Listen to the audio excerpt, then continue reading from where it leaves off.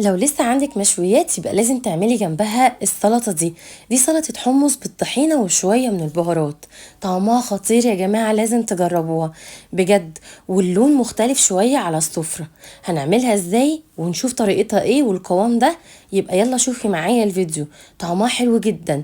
بعد ما خلصت زينتها بشوية من الكمون والحمص على الوش. طب ما تيجي نشوف الطريقة ايه. انا جبت دلوقتي حمص اللي هو كان مسلوق عادي جدا.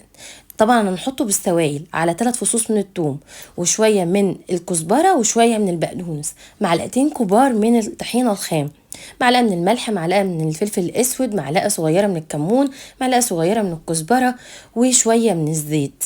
واضربي كل الكلام ده مع بعضه. تمام. لغايه ما تديك القوام السائل الكريمي ده. كده خلاص. وبعدين زينتها من الوش كده برشة من الكمون وشوية من الحمص وشوية من الزيت. وبجد كده النهاردة وصفة النهاردة خلصت. لازم تجربيها وما تنسيش تدعيلي بالهنا والشفا مقدما.